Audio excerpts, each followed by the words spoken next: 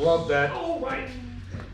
You cannot convince me there's a knight out there that's neurotypical. You literally cannot convince me of that. Weird hill to die on. So is there any questions about that? I kind of went off on a little bit of a rabbit hole about gear and playing around. Because the next thing we're going to talk about is why the lat matters. Yeah, question. You talked about being too tense. Remember any of that is too loose? Oh, all the time. All the time. Where they just don't know how to bring tension in their body and they kind of like hang on their own joints and everything else like that. So the opposite problem, somebody that stands there, you ever seen your friends that stand there like this? Or like this? They literally are parking on their bone structure. They're not using muscle to stand. This, by the way, the most common thing, all of us stand here like this. We are literally parking on our hip sockets. It's how you wear out your hip socket. Use your butt and learn how to stand. Like just bring your glute in and it'll push your hip right back.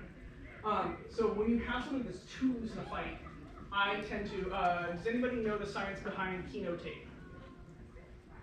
Okay, what happens when somebody touches you? You said pull away from it.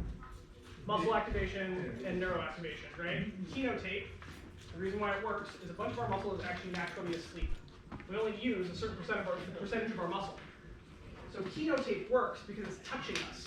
So it tells the body, fire more muscle there. That's the reason why you have somebody with a loose joint.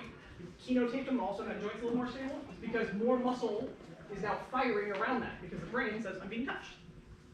So if I have something that's too loose, I am very physically hands-on with them to get them to learn how to pick their body up, learn how to like activate instead of bracing. And so typically we teach them to be long and tall. You can actually see me talking, and I'm like talking up like this.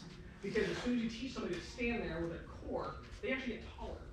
Because now they're not sitting on their spine, they're not sitting like a little potato. Does that help with that?